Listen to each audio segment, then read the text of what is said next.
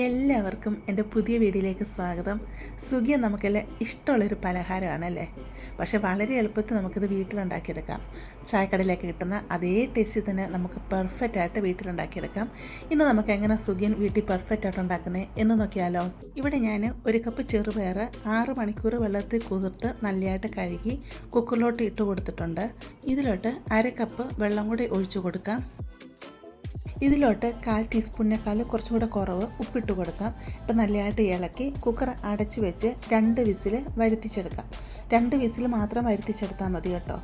എന്ന് പറഞ്ഞാൽ ഇതൊത്തിരി അങ്ങ് വെന്ത് പോകരുത്, എന്നാലും അത്യാവശ്യം ചെറുപയർ വെന്ത് വരണം. പയർ വേവുന്ന സമയം കൊണ്ട് നമുക്ക് ശർക്കരപ്പാനി റെഡിയാക്കി എടുക്കാം. അതിന് വേണ്ടി ഞാനൊരു പാത്രം അടുപ്പത്ത് വെച്ച് കൊടുത്തിട്ടുണ്ട്. ഇതിലോട്ട് 1/4 കപ്പ് ശർക്കര പൊട്ടിച്ചത് ഇട്ട് കൊടുത്തിട്ടുണ്ട്. ഇതിലോട്ട് 1/4 കപ്പ് വെള്ളം കൂടി ഒഴിച്ച് കൊടുത്ത് ഇതിനെ നമുക്കൊന്ന് ഉരുക്കിയെടുക്കണം. ഒരു നൂൽ പരുവോ അങ്ങനെയൊന്നും ആവേണ്ട ആവശ്യമില്ല. ശർക്കരയൊക്കെ ഉടഞ്ഞ് ഇത് നല്ലതായിട്ടൊന്ന് ഉരുക്കി വരണം. അത്രയും മാത്രം മതി. ഇത് നമുക്ക് മാറ്റി വെക്കാം. ഇവിടെ ഞാൻ മിക്സിയുടെ ഒരു ജാർ എടുത്തിട്ടുണ്ട്. ഇതിലോട്ട് 1/4 ടീസ്പൂൺ നല്ല ജീരകം ഇട്ട് കൊടുക്കാം. അതുപോലെ ഞാനിവിടെ 5 ഏലക്ക എടുത്തിട്ടുണ്ട്. അതിൻ്റെ തൊലി കളഞ്ഞിട്ട് കുരു മാത്രമാണ് ഇട്ട് കൊടുക്കുന്നത്. ഇതിലോട്ട് 2 ടീസ്പൂൺ പഞ്ചസാരയും കൂടി ഇട്ട് കൊടുത്ത് നല്ല രീതിയിൽ ഇതിനെ പൊടിച്ച് മാറ്റി വെക്കുക. ചെറുപയർ ഇവിടെ നല്ല രീതിയിൽ തന്നെ വെന്ത് വന്നിട്ടുണ്ട്. ഒത്തിരി അങ്ങ് വെന്ത് പൊടിഞ്ഞ് അങ്ങനെ പോകേണ്ട ആവശ്യമില്ല. നമ്മളിങ്ങനെ കൈ കൊണ്ട് എടുത്ത് ഇങ്ങനെ പ്രസ് ചെയ്ത് നോക്കുന്ന ടൈമിൽ നല്ലതായിട്ട് ഉടഞ്ഞ് കിട്ടണം. കണ്ടില്ലേ, ഈ ഒരു പരുവത്തിൽ വേണം ചെറുപയർ കിട്ടാനായിട്ട്. പിന്നെ ഞാൻ ഒരു പാത്രം അടുപ്പത്ത് വെച്ച് കൊടുത്തിട്ടുണ്ട്. ഇതിലോട്ട് ഉരുക്കി വെച്ചിരിക്കുന്ന ശർക്കരപ്പാനി അരിച്ചൊഴിച്ച് കൊടുക്കാം. ചെറിയ കല്ലും പൊടികളൊക്കെ കാണും, അതുകൊണ്ടാണ് നമ്മൾ അരിച്ചൊഴിച്ച് കൊടുക്കുന്നത് കേട്ടോ. ഇതൊന്ന് തിളച്ച് വരാറാവുന്ന ടൈമിൽ ഇതിലോട്ട് 1 കപ്പ് തേങ്ങ ചിരകിയതും കൂടെ ഇട്ട് കൊടുക്കുന്നുണ്ട്. എന്നിട്ട് നല്ല രീതിയിൽ നമുക്കിതിനെ മിക്സ് ചെയ്തെടുക്കാം. ഇതിലോട്ട് നമ്മൾ പുഴുങ്ങി വെച്ചിരിക്കുന്ന ചെറുപയറുണ്ടല്ലോ, അതങ്ങ് ഇട്ട് കൊടുക്കാം. ചെറുപയറും കൂടി ഇട്ട് കൊടുത്ത് നല്ല രീതിയിൽ ഇതൊന്ന് മിക്സ് ചെയ്തെടുക്കാം. ഇത് നമ്മൾ പൊടിച്ച് വെച്ചിരിക്കുന്ന ഏലക്ക, ജീരകം, പഞ്ചസാര ഇതുണ്ടല്ലോ, അതും കൂടി ഇതിലോട്ട് അങ്ങ് ഇട്ട് കൊടുക്കാം. ഇട്ട് നല്ല രീതിയിൽ ഇത് മിക്സ് ചെയ്തെടുക്കണം. ഈ ഞാനിവിടെ കുറച്ച് വെച്ചിരിക്കുകയാണേ.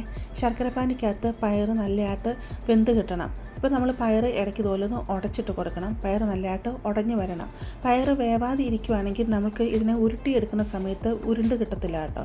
അപ്പോൾ പയർ അത്യാവശ്യം വെന്ത് കിട്ടണം, ഒത്തിരി അങ്ങ് വെന്ത് ഉടഞ്ഞു പോകല് എന്ന് മാത്രമേ ഉള്ളൂ. ശർക്കരപ്പാനിക്കകത്ത് നമ്മൾ ഈ ചെറുപയർ ഇട്ട് കൊടുത്തു കഴിഞ്ഞാൽ പിന്നെ ഈ പയർ വേവത്തില്ല കേട്ടോ. അപ്പോൾ പയർ വെന്തില്ല എന്ന് കാണുവാണെങ്കിൽ കുക്കറിൽ ഒരു വിസിലോടെ നിങ്ങൾ അടുപ്പിച്ചെടുക്കണം കേട്ടോ.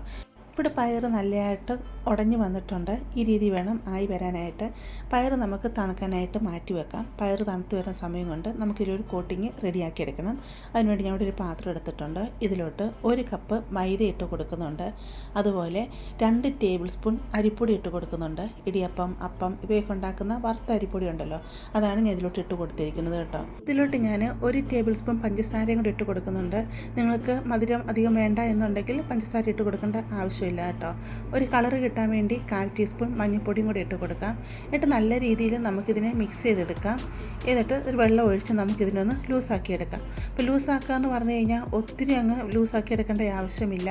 ഇപ്പോൾ ആദ്യം ഞാൻ ഇതിൽ 1 കപ്പ് വെള്ളമാണ് ഒഴിച്ച് കൊടുക്കുന്നത്. ലാസ്റ്റ് എത്ര വെള്ളം ആയത് ഞാൻ അത് കലക്കി കഴിഞ്ഞിട്ട് പറയാമേ. കുറേശ്ശെ വെള്ളം ഒഴിച്ച് നമുക്കിതിനെ കലക്കിയെടുക്കണം. ദോശമാവിൻ്റെ അത്രയും ലൂസാവേണ്ട ആവശ്യമില്ല. ഇഡ്ഡലി മാവിൻ്റെയൊക്കെ ഒരു പരുവത്തി വേണം ലൂസായി കിട്ടാനായിട്ട്. ഞാനിവിടെ മൊത്തത്തിൽ 1/4 കപ്പ് വെള്ളമാണ് എടുത്തിരുന്നത്. അപ്പോൾ ഓരോരുത്തരെടുക്കുന്ന മാവിൻ്റെ പരുവനുസരിച്ച് വെള്ളത്തിന് അങ്ങോട്ടും ഇങ്ങോട്ടും വ്യത്യാസം വരും കേട്ടോ. അപ്പോൾ നോക്കി മാത്രം നിങ്ങൾ കുറേശ്ശായിട്ട് ഒഴിക്കുക. ഇവിടെ ഞാൻ മാവ് കലക്കി എടുത്തിട്ടുണ്ട്. നമ്മൾ സ്പൂണിൽ ഇങ്ങനെ നോക്കിയതിൻ്റെ സ്പൂണിൻ്റെ പുറവശം നോക്കുന്ന ടൈമിൽ നല്ലതായിട്ട് സ്പൂണിൽ മാവ് ഇങ്ങനെ കോട്ട് ചെയ്തിരിക്കണം. ഇതാണ് ഇതിൻ്റെ പരുവം. അപ്പോൾ ഇങ്ങനെ ആവുന്നില്ല, ലൂസായിട്ട് പോകുക എന്നുണ്ടെന്നുണ്ടെങ്കിൽ വെള്ളം കൂടിപ്പോയി. എന്നിട്ട് നിങ്ങൾ ഇച്ചിരി മൈദപ്പൊടിയിൽ ഇട്ട് കൊടുത്താൽ മതി കേട്ടോ. ചെറുപയർ മിക്സ് ഇവിടെ നല്ലതായിട്ട് തണുത്ത് വന്നിട്ടുണ്ട്. നമുക്കിതിനെല്ലാം ബോൾസ് ആക്കി എടുക്കണം. നമ്മുടെ ഇഷ്ടത്തിനനുസരിച്ച് ചെറുതോ വലുതോ ഏത് സൈസ് വേണമെങ്കിൽ നമുക്ക് ഇതിനെ ബോൾസ് ആക്കി എടുക്കാവുന്നതാണ്. ഞാനിവിടെ എന്ന് പറഞ്ഞാൽ ഒത്തിരി വലുതുമല്ല എന്നാൽ ഒത്തിരി ചെറുതുമല്ല, മീഡിയം ടൈപ്പാണ് ഞാനിവിടെ ബോൾസ് ആക്കി എടുക്കുന്നത്. എനിക്കിത് മൊത്തത്തിൽ കിട്ടിയിരിക്കുന്നത് 13 പീസാണ്. 1 കപ്പ് ചെറുപയർ കൊണ്ട് 13 ബോൾസാണ് ഞാനിവിടെ ആക്കി എടുത്തിരിക്കുന്നത്. ഇവിടെ ഞാൻ എണ്ണ ചൂടാവാനായിട്ട് വെച്ചിട്ടുണ്ട്.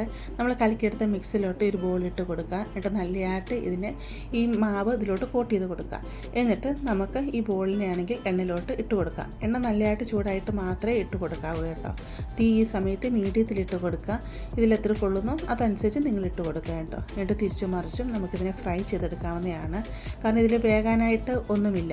കാരണം നമ്മൾ ഈ ഇട്ട് കൊടുത്ത മാവ് മാത്രമേ ഉള്ളൂ ഇനി വേവാനുള്ളത്. അപ്പോൾ ഒത്തിരി അങ്ങ് ഫ്രൈ ആക്കി എടുക്കേണ്ട ആവശ്യമില്ല. ഇപ്പം നിങ്ങൾ തിരിച്ചു മറിച്ചിട്ട് ഇതിനെ ഫ്രൈ ചെയ്തെടുക്കാം. സുഗിന് ഇവിടെ റെഡി ആയിട്ടുണ്ട്. നമുക്ക് എണ്ണയിൽ നിന്ന് കോരി മാറ്റാവുന്നതാണ്. ബാക്കിയെല്ലാം നമുക്ക് ഇതുപോലെ ഫ്രൈ ചെയ്തെടുത്തുകൊണ്ട് വരാമേ.